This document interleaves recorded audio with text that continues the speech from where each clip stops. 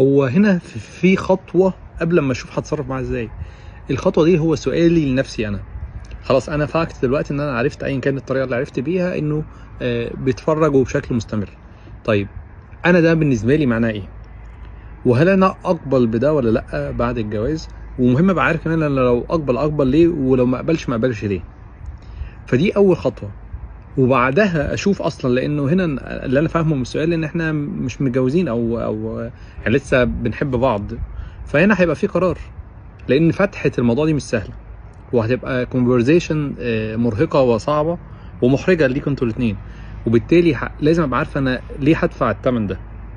طيب قررت، ساعتها انا اقول له ان انا باقيه على العلاقه دي، ولكن عندي مشكله في 1 و2 و3، وتقولي ليه انت عندك مشكله في 1 و2 و3، وتشوفي هنا الرد هيبقى عامل ازاي. لكن مفيش تصرف من غير ما افهم انا الاول هو انا ايه مشكلتي بالظبط.